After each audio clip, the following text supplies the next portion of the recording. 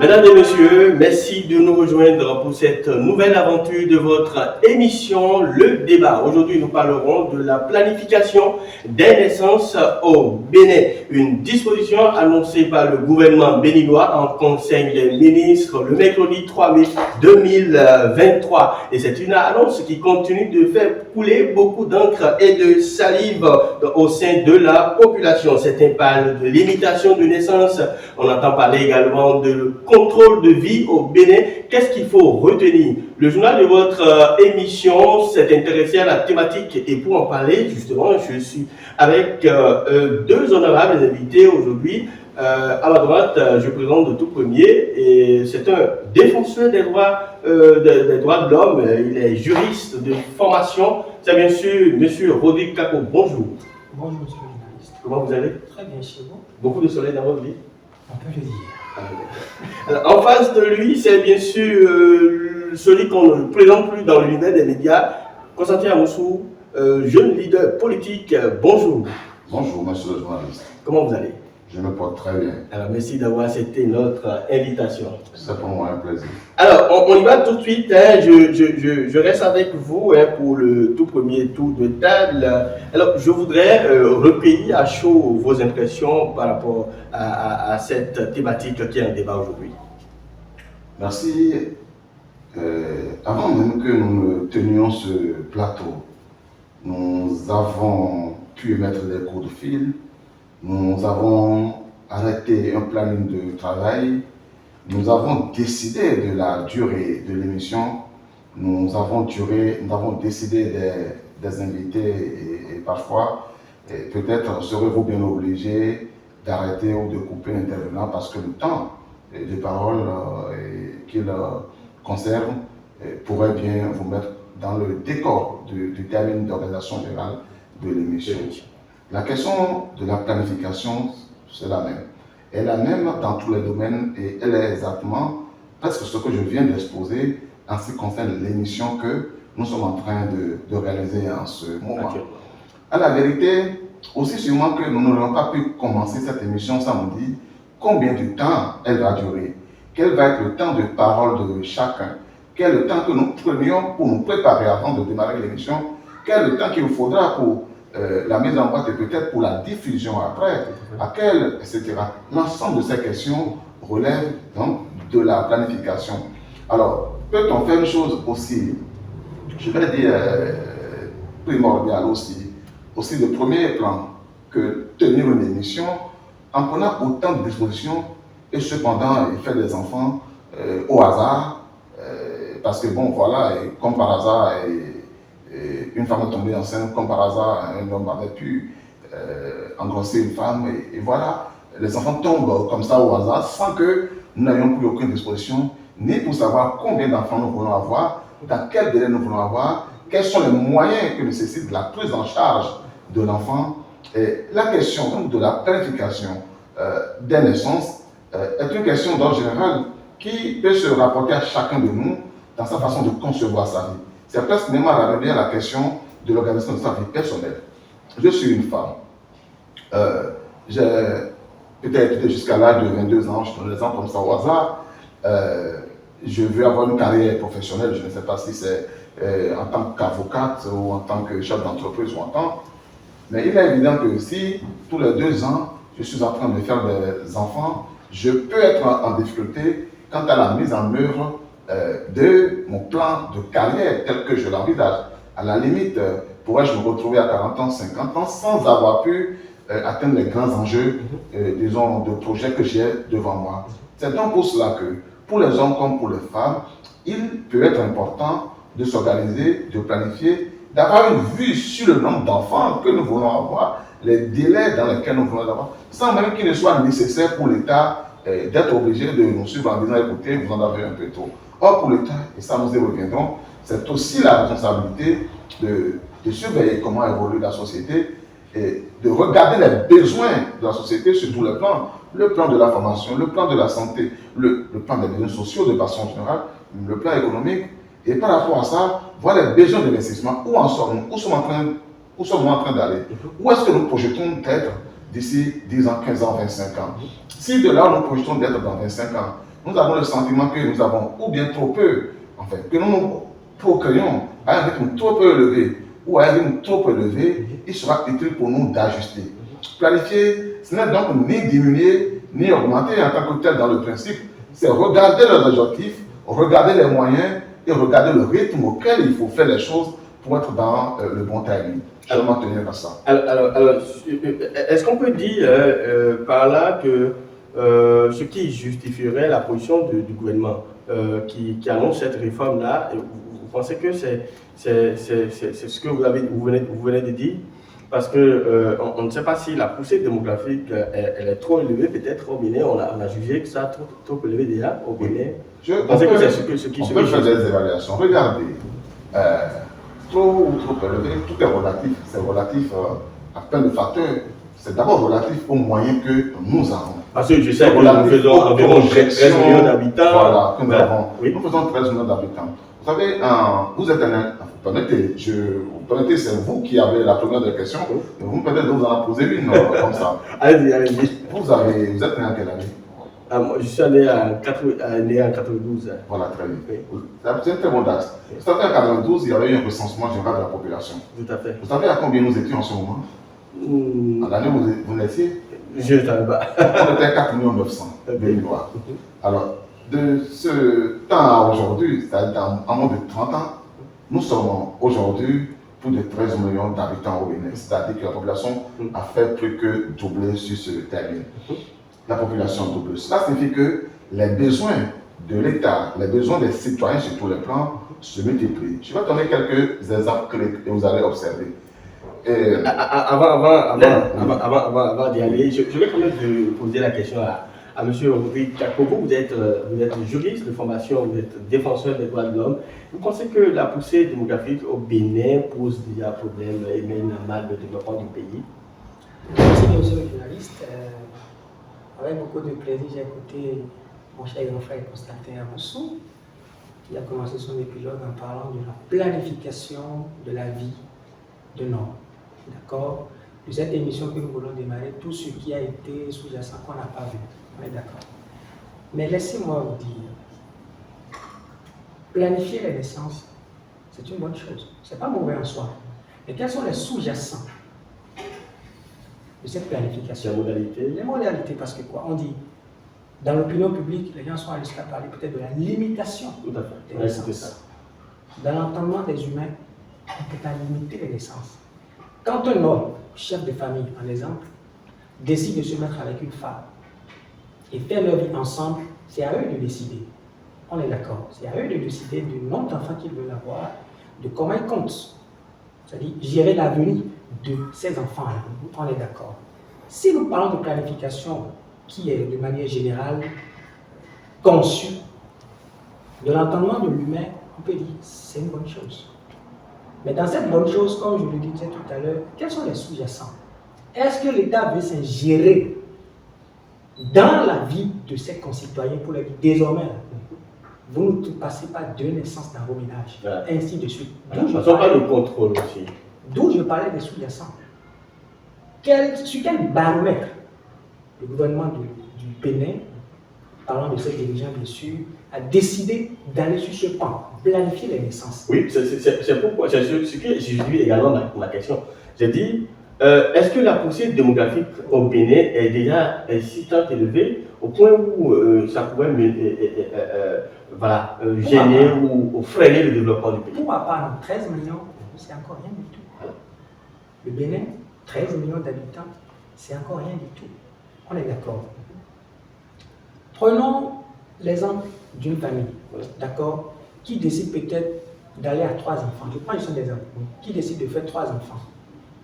Et que dans cette limitation des naissances, quand je dis, je rentre un peu dans le confin des choses, je ne parle pas de manière générale de la limitation, parce qu'il y a quand on parle de planification, c'est une bonne chose en soi, mais c'est les sous-jacents en fait.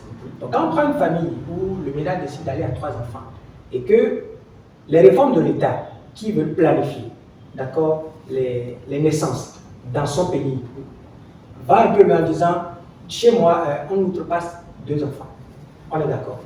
Le troisième enfant que ce ménage avait décidé d'avoir, si l'État, dans ses réformes, le limitait, peut-être c'est ce troisième enfant qui sera le docteur de cette famille-là, pour hisser haut le nom de cette famille. Voilà que l'État a déjà limité à 2 enfants. Alors, je vais quand même donner la parole à Constantin Moussou. Est-ce que le Bénin, la poussée démographique au Bénin pose déjà problème? Est-ce que cela freine déjà le développement ou cela mène à mal déjà les efforts du gouvernement à la sortie de la pauvreté? Est-ce que 13 millions d'habitants déjà, ça pose problème? Surtout qu'on sait que on a des exemples qui nous montrent que la poussée démographique ou la population constitue une force ailleurs. Le cas du Nigeria à côté, ou même la Chine, où la population, on sait que dans leur histoire, c'est la population qui a fait leur force. Très bien. Comme j'ai commencé à vous le dire, tout commence avec des éléments de relation. Il faut relativiser les choses. La population est-elle trop importante? Elle est importante par rapport à quoi? C'est des questions. À la vérité, vous avez cité l'exemple de la Chine, mais vous n'avez pas pu oublier qu'à un moment donné, la Chine a limité le nombre d'enfants à 1 par ménage, 1 au maximum par ménage. Bien évidemment, la réforme avait quelques aménagements dans les régions rurales où on permettait aux populations d'aller au-delà d'1 enfant. Et c'est aussi vrai qu'aujourd'hui, au regard du niveau où la Chine se retrouve en termes de développement, la Chine a réajusté et permet aux ménages d'aller à 2. Et c'est bien un exemple de ce qu'on appelle planification. C'est-à-dire que les mesures que l'on adopte, on les adopte selon les besoins que l'on a. Dans un autre pays du monde, la question de la planification aujourd'hui peut se présenter sous l'angle de il faut faire plus d'enfants. Dans un autre pays dans le monde, la question de la planification aujourd'hui peut se poser dans le sens de il faut faire plus d'enfants. Parce que la structure de la population aura montré qu'elle est peut-être vieillissante et que la main-d'œuvre est rare.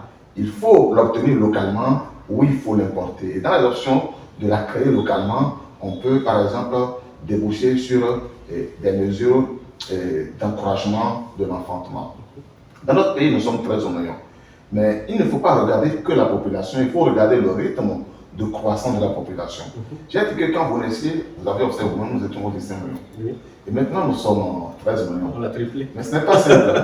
Ce qui va se passer, c'est quoi? C'est que d'ici les 25 prochaines années, notre population actuelle va doubler. Nous serons à 25 millions, plus de 25 millions. D'ici 2050, nous serons, au mois de 2050, nous serons 25 millions. On peut toujours dire qu'en termes absolus, ce n'est pas si important que ça. Mais il faut regarder quelques aspects. Les aspects qu'il faut regarder, c'est à commencer par le nombre d'enfants par femme. Il y a ce qu'on appelle en science l'indice synthétique de fécondité, c'est-à-dire le nombre d'enfants par femme.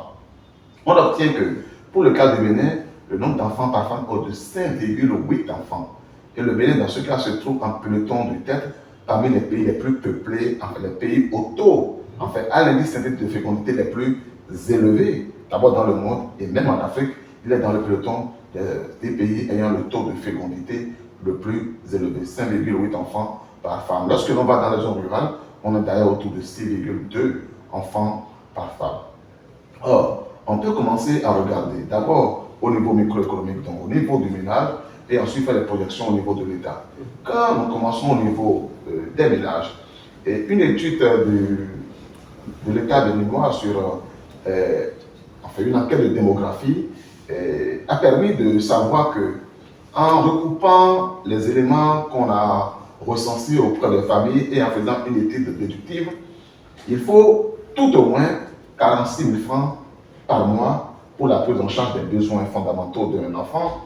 Et à la limite, si l'on veut intégrer dans ces coûts tout ce qui n'a pas souvent été évalué, par exemple, vous êtes un ménage de là à la fin du mois, il y a peut-être un parent qui passe, qui donne 2 kilos de viande, ça vous ne calculez pas.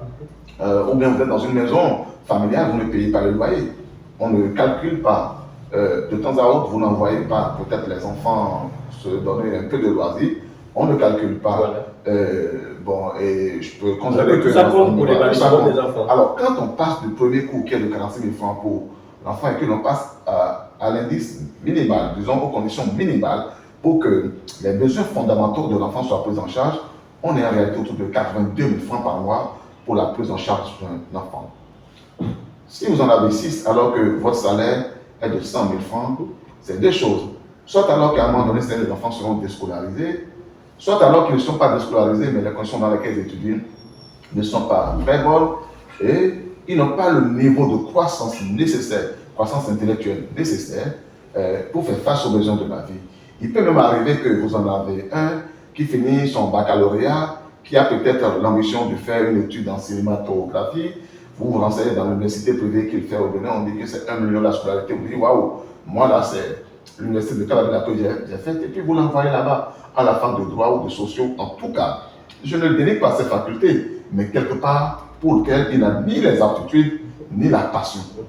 L'enfant traîne là pendant 2 ans, et au bout de 2 ans, il a pu, enfin, il perd même le coût des études. Voilà. Parce que justement, il n'a pas été mis dans les conditions pour devenir ce qu'il aurait dû.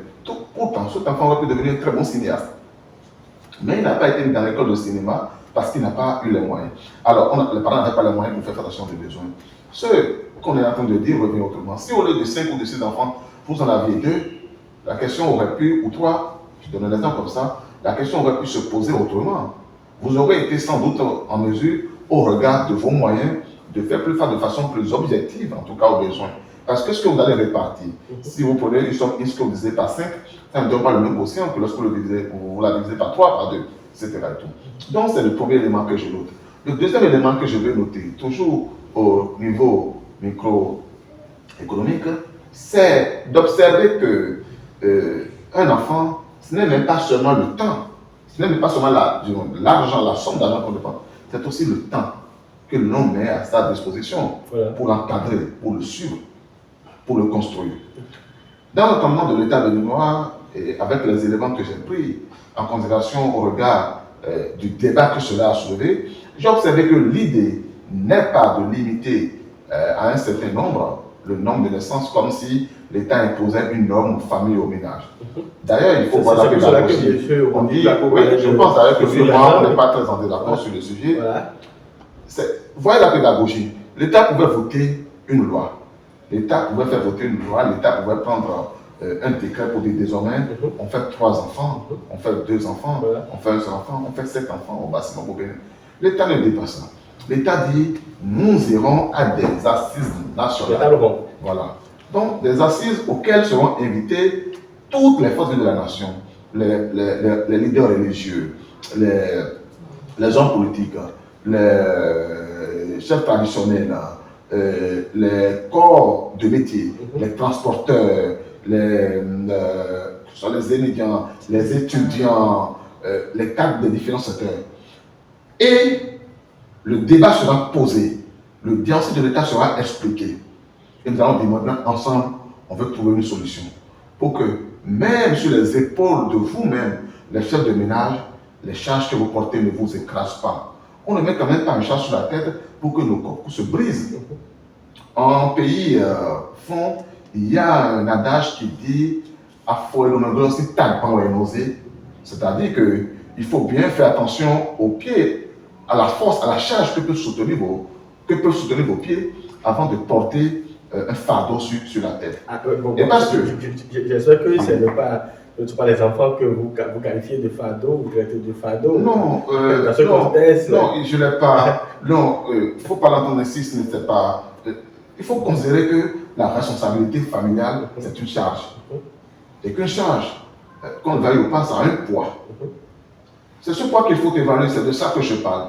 Au regard de ça, de la responsabilité que cela engage, l'État, dans sa réflexion avec les différents acteurs, veut poser un débat autour duquel et à l'occasion duquel les options seront entendues. On regardera les conditions sociales de notre pays, les conditions sociales, les exigences religieuses, les besoins des familles, la conception même de notre société sur laquelle l'enfant est une richesse. Et cependant, on regarde tout ça, savoir que ce n'est toujours pas bien de faire un enfant se disant dans tous les cas, j'ai quand même un oncle à Cotonou. Même si je n'arrive pas à m'en sortir, l'oncle le gardera. Il ne sera pas toujours bon de dire, on va faire un enfant, mais c'est-à-dire que, bon, on va se débrouiller comme cela. Mais dans ce se débrouiller comme cela, il y a plein d'enfants qui étaient très brillants, qui avaient une très belle étoile, mais qui n'ont pas pu aller au bout de leur cursus de formation. Donc c'est aussi du bien des enfants qu'il s'agit. Et ça, et dans tout ça, je ne suis resté qu'au niveau micro. Après, si vous me donnez la parole, je viendrai au niveau macro, c'est-à-dire en ce qui concerne l'État, nous allons refaire le débat pour que vous voyez la pertinence du débat qui est ouvert. Monsieur Wolcapo, on a écouté que la poussée démographique au Bénin est un tout peu élevée et que cela mène à mal le développement de la... Pas de la poussée démographique est élevée, je vais dire l'indice de fécondité. C'est-à-dire à l'échelle individuelle, parfois, on en est à 5 à 6, mais il se trouve que les moyens aujourd'hui du Béninois moyen, au regard de la charge de l'enfant, ne sont pas en mesure de permettre de subvenir aux besoins fondamentaux. Vous connaissez les besoins fondamentaux? Tout à fait. Je vais quand même poser cette question-là. Il y a ça, ce qu'on a dit, on a parlé d'indices de fécondité par femme, mais il y a que nous sommes en Afrique et nous avons tout le temps dit que l'enfant serait également une richesse pour ses parents. Et vous et moi, vous savez, vous n'avez pas me dit le contraire. Et maintenant, depuis quand et qu'est-ce qui s'est passé? Et pour qu'on en arrive à parler, tout à l'heure, on a parlé de responsabilité, de charges et tout. Et depuis quand et comment ça s'est passé? Comment on arrive à ce stade-là? Merci, monsieur le journaliste. J'ai écouté, comme je l'ai dit, à l'entame, je le redis encore, avec beaucoup de plaisir, et dit de mon frère Constantin. Mais laissez-moi vous dire, le grand baromètre du développement évoqué par M. Constantin se situe plus au niveau urbain. D'accord? Au niveau urbain, sans pour autant que l'État décide de faire une réforme, je parle de planification familiale, les ménages eux-mêmes se disciplinent, vu le coût de la vie dans les milieux urbains. On est d'accord. Quand on va vouloir essayer de parler d'une planification, si on l'admettait, c'est plus les milieux ruraux qui seront en pôle. Parce que nos mères, nos pères qui sont dans nos petits coins villages, dans les basses contrées du pays, qui ne vivent pas les réalités des grandes villes, sont plus à même de procréer que ceux qui sont dans les villes. Donc si je peux supposer un seul instant que l'État s'est basé sur ce baromètre-là, pour parler de la planification, c'est plus envers ces personnes-là. On est d'accord. Mais qu'est-ce qui fait que chez eux, en Griffin, on le supposait, ça arrive. J'ai posé l'idée de la table parce que c'est surtout de ça il est question. L'État ne peut pas prendre une telle réforme. Il faut impliquer la population. Puisque c'est de la population. Les concernés, il faut impliquer la population. L'État ne pompe pas les enfants en griffe, c'est la population. Voilà. On est d'accord. Donc on ne peut pas prendre une telle réforme sans impliquer la population, d'où les confessions religieuses, tout ce qu'on a cité tout à l'heure.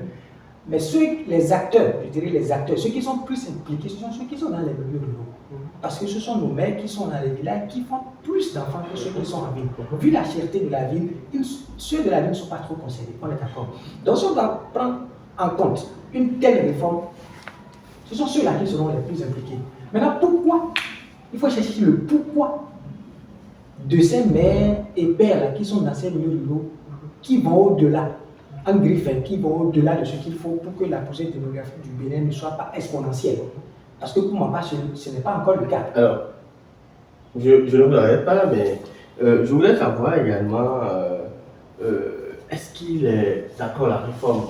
On a compris, la planification, il faut le faire.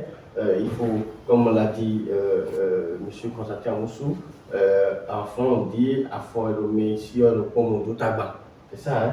Et alors, pour ne pas se plaindre plus tard également, et tout ça est bon, mais est-ce que actuellement, est-il urgent, est-il opportun de penser cette réforme-là? Est-ce qu'il ne faut pas peut-être être à cheval sur les défis du développement, les défis de construction d'infrastructures et pourquoi ne pas pouvoir, par exemple, plus d'emplois dans le pays, revoir la condition des travailleurs, par exemple. Voilà, on sait qu'il y a eu rivalisation salariale et tout, mais pourquoi ne pas continuer sur cette lancée et on veut plutôt qu'on planifie les naissances. Est-il opportun ou est-il tellement d'acharnement? Pour ma part, je ne trouve pas ça opportun aujourd'hui, à l'état actuel des choses. Vous l'avez dit tout à l'heure, la révélation des salaires des travailleurs, les conditions des jeunes aujourd'hui qui ont plein de diplômes et qui ne trouvent pas à faire. Malheureusement. D'accord. Les quelques réformes qui ont été. Et ce, malgré les efforts. Les efforts du gouvernement dans l'état de droit, qui fait tout ce qu'il peut, d'accord, mais que ça ne prend pas. Qu'est-ce qui fait que ça ne prend pas? C'est surtout de ça il est question. Est-ce que pour l'État, parce qu'il y a plein de jeunes diplômés qui n'ont pas trouvé d'emploi, il faut alors penser à la planification pour ne pas se voir encore mal vu par cette même population qui disent nos enfants ont les diplômes et ne trouvent pas à travailler. Donc c'est à cause de l'État béninois. Je me dis, si c'est le cas pour l'État béninois, je risquerai en faux. Parce que quoi? C'est la politique qu'il faut revoir. La politique, c'est-à-dire du traitement de ces jeunes-là, pour qu'ils aillent vers l'emploi. Certes, ça a démarré, c'est-à-dire rediriger les enfants dès qu'ils ont le bac aujourd'hui, Éduc Master, je crois, il y a cette réforme d'Éduc Master, où il y a depuis la classe de CM2, il y a un numéro qui est attribué à chaque enfant pour le suivre jusqu'à la fin de son cursus, ainsi de suite. C'est bien. Et c'est surtout de ça qu'il est question, c'est aller loin dans ce type de réforme-là, pour que ces jeunes qui font le Bénin aujourd'hui, à la fin de leur cursus, puissent se retrouver. Parce que la position démographique, quoi qu'on dise, elle a toujours sa place. Et le Bénin a encore une population très jeune pour penser à une limitation. Je dis limitation et non planification. D'accord. Il y a les sous-jacents dans la planification. Voilà, je vais écouter Constantin Amoussou sur la question. Est-il opportun de penser cette réforme, le Bénin, dans le Bénin actuel? Est-ce qu'il ne faut pas, par exemple, penser être à cheval sur les défis du développement? Voilà, pour voir l'emploi, surtout l'emploi à la jeunesse. Je vous le dis sans embâche. Le principal défi du développement aujourd'hui, si l'on ne fait pas attention, si l'on y prête bien attention, on pourrait bien s'aviser que c'est en réalité le défi démographique. Parce qu'à la vérité, tout est lié. Et je vous le ferai toucher du doigt. Vous avez dit pourquoi on ne se penche sur la question de l'emploi des jeunes. Pourquoi on ne se penche pas davantage sur la question des infrastructures et aujourd'hui on veut s'atteler à la question des assises nationales sur la démographie et le développement. Deux choses, je commence par les infrastructures. Les infrastructures, c'est bien de les réaliser, il en faudra beaucoup. Quel est le point que l'on fait en réalité? Prenez l'université. Quand vous prenez l'université du Bénin aujourd'hui, il y a, en termes de capacité d'accueil, une place pour 3 étudiants. C'est-à-dire que si tous les étudiants qui sont inscrits doivent aller en amphi, un s'assoit et 2 sont debout. Cela signifie qu'il faut 3 fois plus d'amphi qu'il n'en faut aujourd'hui. Et le problème, ce n'est pas que seulement il en faut comme cela aujourd'hui. On a un retard du triple de l'effectif qu'il faut en termes de nombre d'amphithéâtres.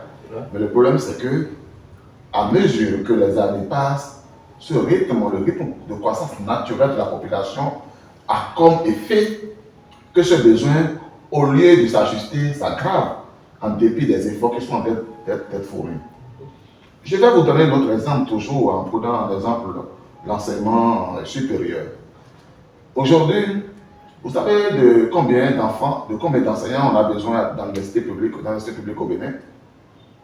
Si nous devons suivre les normes de CAMES, on a besoin de 12 500 enseignants pour l'ensemble des universités publiques du Bénin.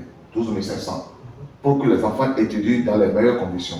Pour qu'il y ait le nombre d'enfants, un groupe pédagogique, c'est 72. Un groupe pédagogique, c'est 5 enfants. Mais aujourd'hui, un groupe pédagogique, c'est 72 enfants. Alors, quand on regarde étudiants, si vous voulez, on ne va pas donner. Si vous regardez ça, vous observez que, au lieu de 12 500 enseignants dont nous avons besoin, on en a combien? On en a 900. Donc, vous avez 900 enseignants pour faire le travail de 12 500 enseignants. Vous comprenez que dans ces conditions, les enfants n'ont pas les meilleurs, disons, enseignements possibles il ne peut pas assimiler les enseignements dans les conditions les plus optimales. On peut par exemple engager, on peut recruter des enseignants. Oui. Et on les paie avec quoi? C'est de ça qu'il s'agit.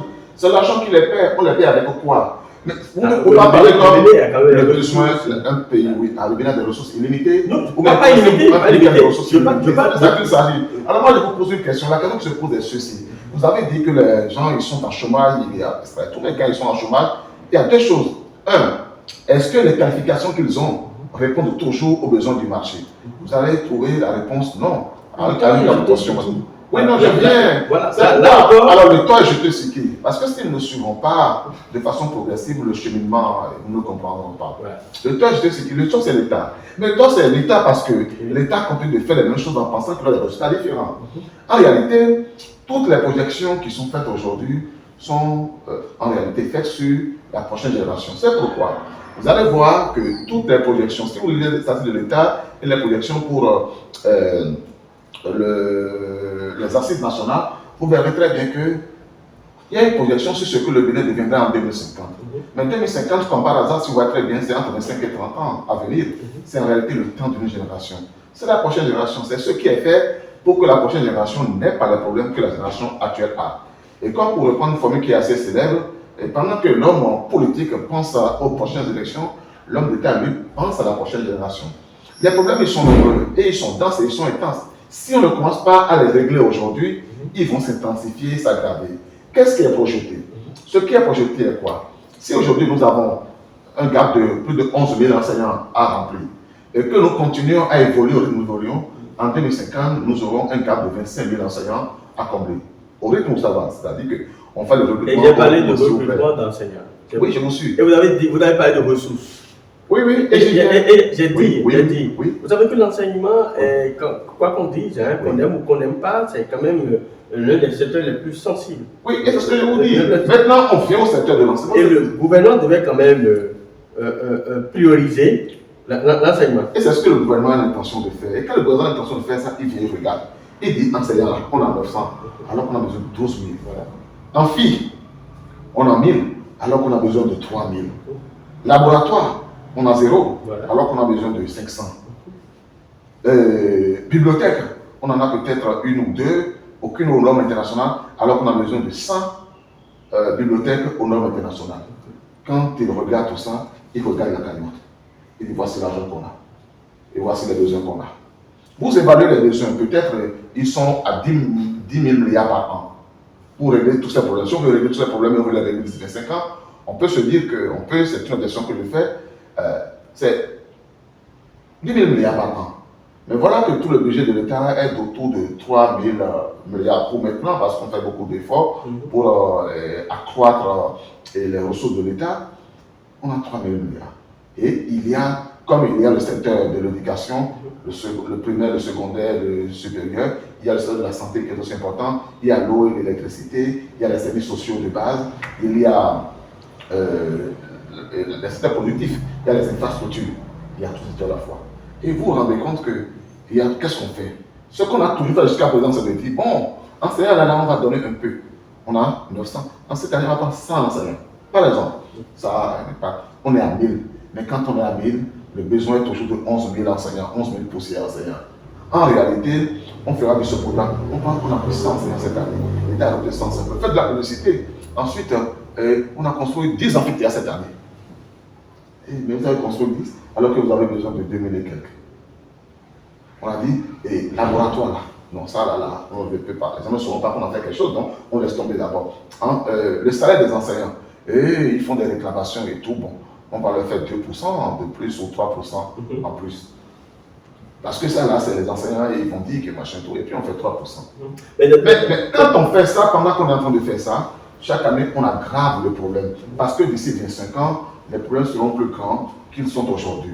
Ce qui est produit en réalité, aujourd'hui, dans le cadre de la vision du gouvernement, c'est de faire en sorte que d'ici 25 ans, on vient au niveau plat. C'est-à-dire qu'on a besoin de 25 000 enseignants, on aura 25 000 enseignants dans les universités, des enseignants bien payés. On a besoin de 4 000 amphis, on a 4 000 amphis aux normes internationales. On a besoin de laboratoires de normes internationales, on a les laboratoires de normes internationales. On a besoin. Et c'est comme ça dans le secteur. Mais en attendant, on a besoin de planifier les naissances. Parce que si on ne planifie pas les naissances, la raison pour laquelle on planifie les naissances, c'est quoi? La raison pour laquelle vous ne suivez pas, si vous ne voyez pas, l'île est rigoureux. La raison pour laquelle on planifie donc les naissances, c'est parce que d'ici 25 ans, si on ne planifiait pas, les besoins continueront à se multiplier. Voilà, je vais écouter que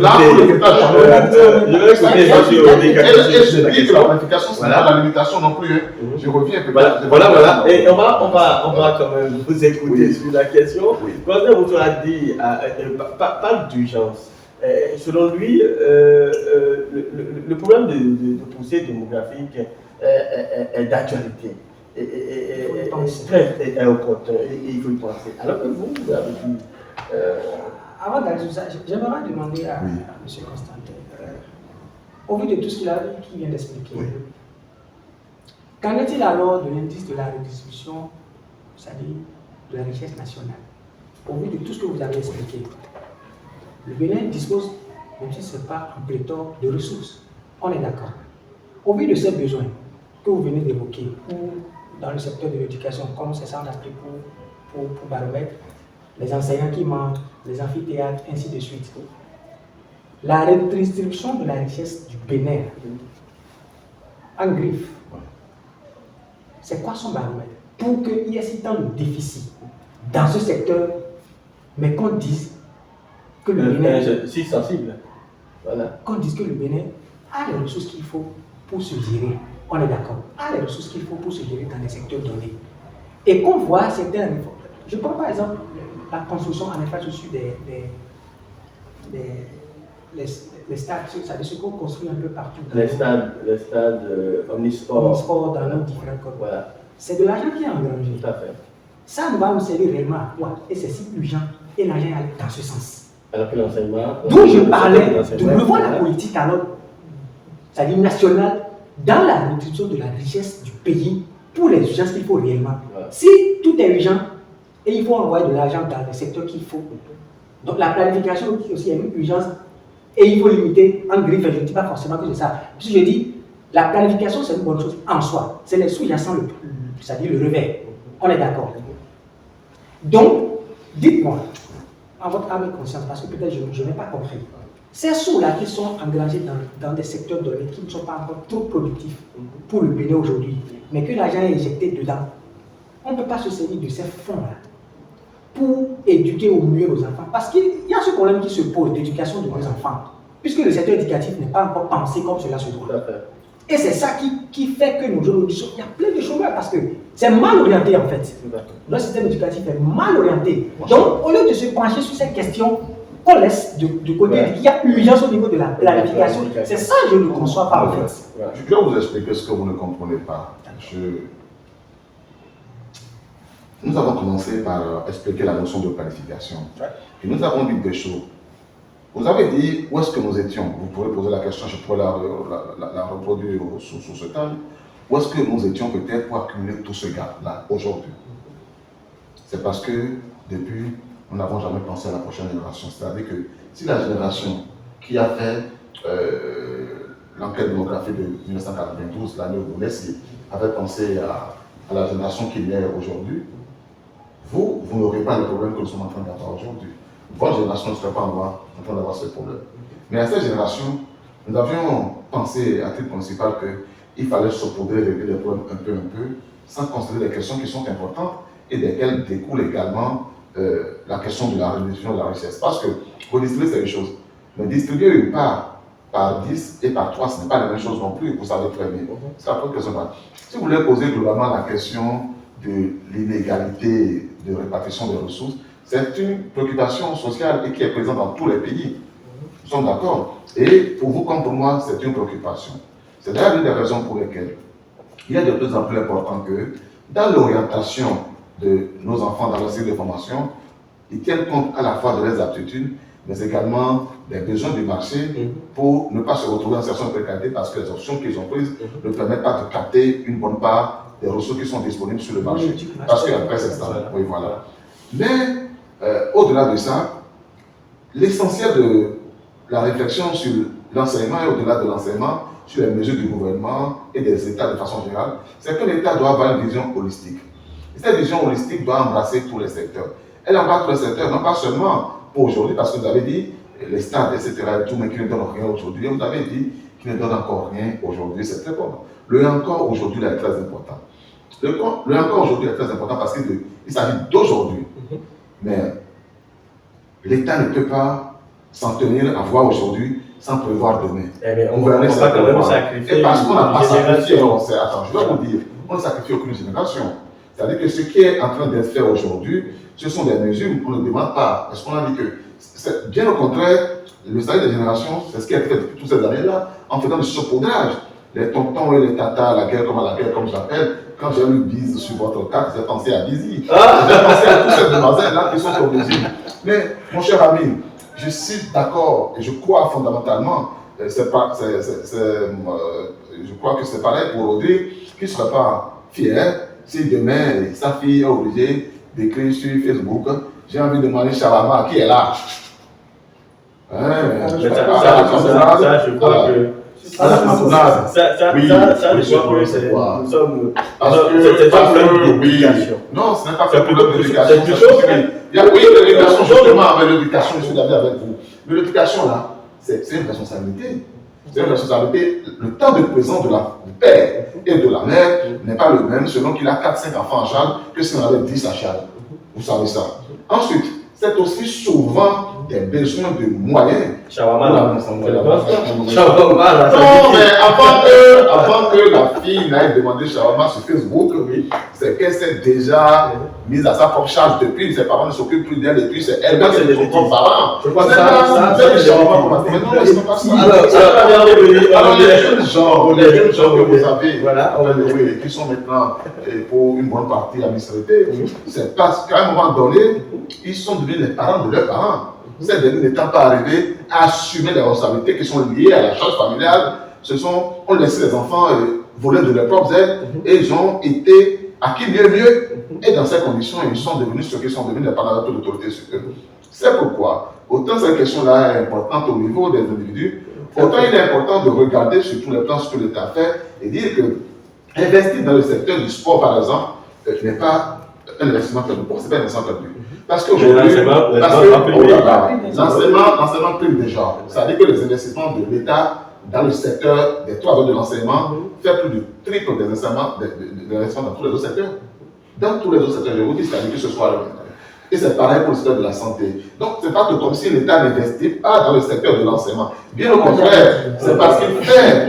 C'est parce qu'il fait, c'est parce qu'il a envie que les résultats soient atteints. C'est-à-dire, je vous pose une question. Est-ce qu'on a 900 enseignants aujourd'hui? Est-ce qu'on peut recruter les 11 000 qui restent en une année? Est-ce qu'on peut? Est-ce que l'État qui a 900 enseignants peut recruter 11 000? C'est-à-dire que c'est multiplié par combien? Il y a beaucoup de docteurs à disposition. Oui, je ne refuse pas. Mais la question, c'est finalement. Oui, mais vous.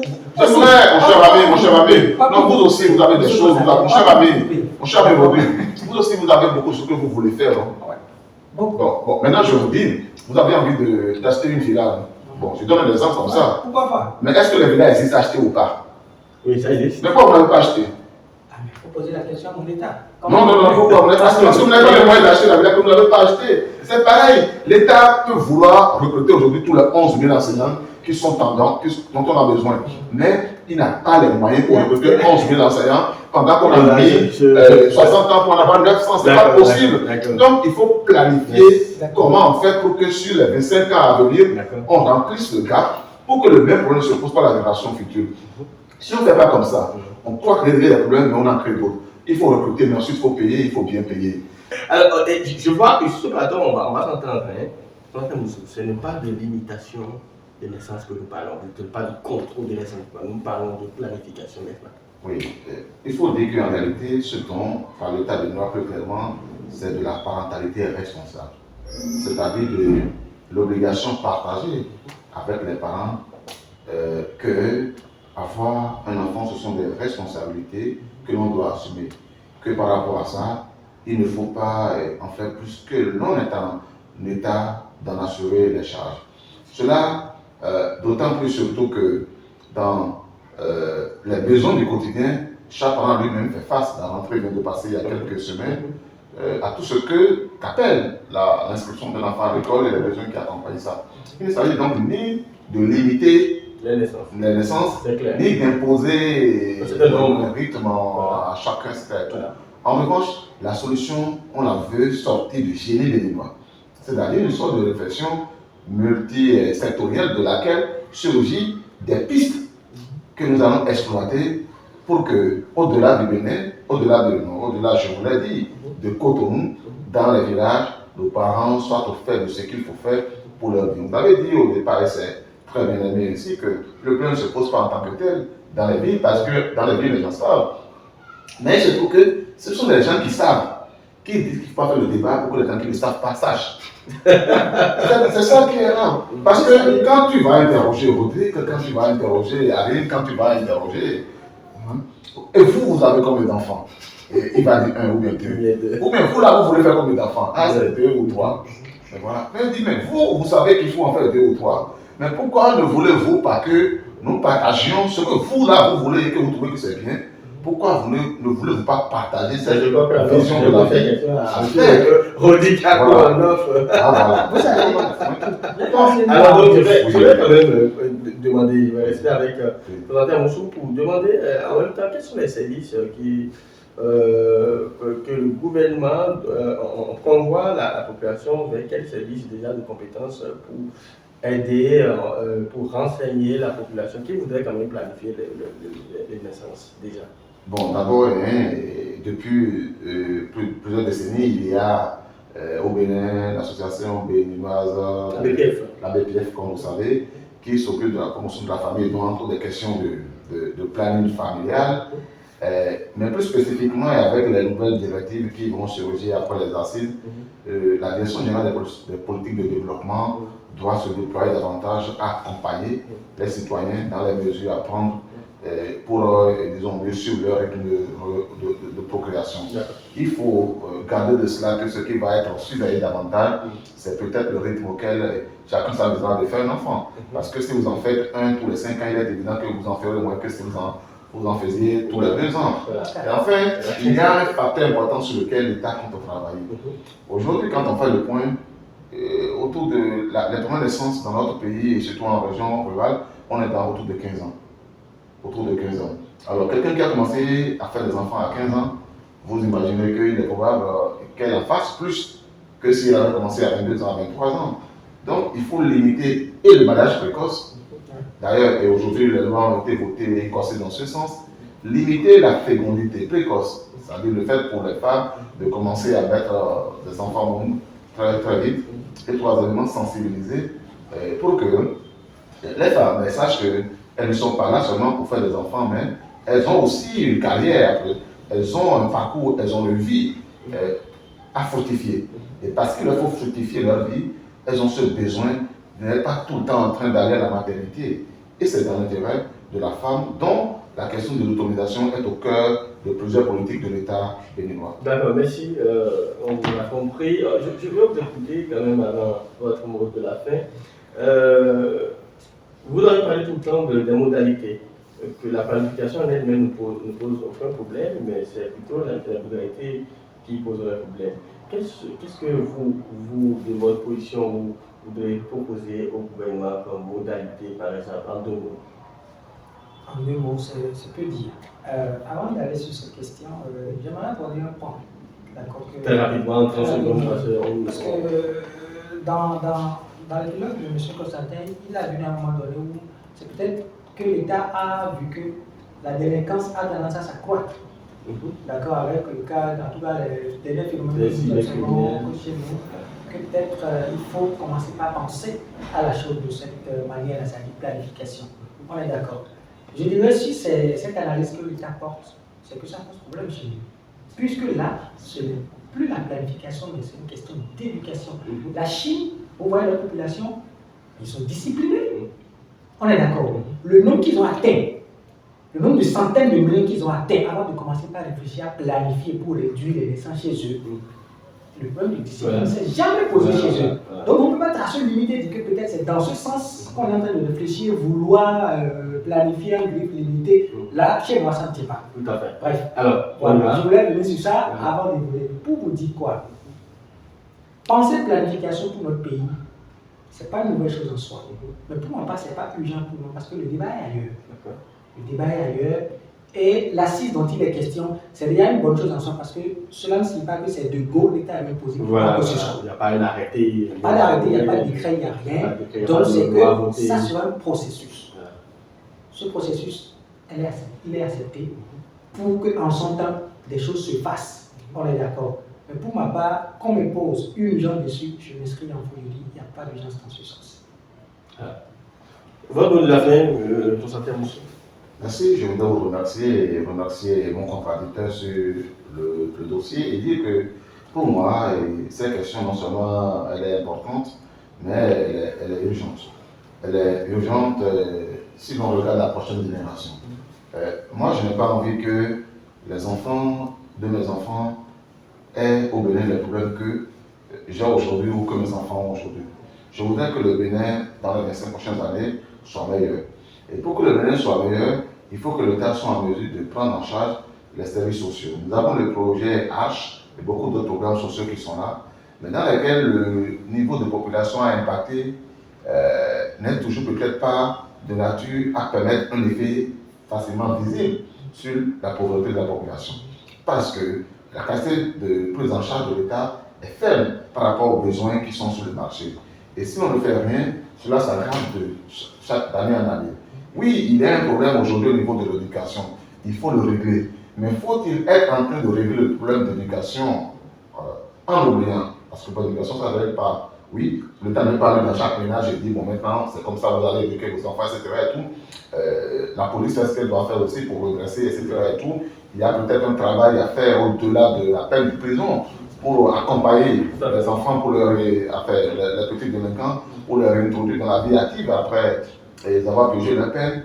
Mais pendant qu'on fait tout cela, il faut aussi que nous travaillions plus que pour que les charges que chaque parent mettra sur sa propre tête ne deviennent pas trop lourdes pour ce parent-même. Ce n'est juste qu'une mesure parmi tant d'autres. Ce n'est, oui, parce qu'il faut penser à demain, parce qu'il faut créer les conditions pour que demain soit meilleur. Les sacrifices que l'on fait aujourd'hui, on les fait pour que demain soit meilleur. Moi, j'en fais l'expérience tous les jours avec mes enfants. Bref, je ne vais peut-être pas rentrer dans tout le détail, mais ce débat vient d'être ouvert. Et je pense que nous aurons d'autres occasions de le refaire, d'aller dans des paramètres sur des considérations que nous n'avons pas pu aborder aujourd'hui, et j'en aurai ainsi fini. Alors, merci pour votre présence, merci d'être passé, M. Bigako, merci présenté à Moussou. Et mesdames, messieurs, ce sera la fin de cette émission. Merci de l'avoir suivi. On va se retrouver très prochainement sur le programme de Ibis TV créé pour inspirer. Ciao, ciao.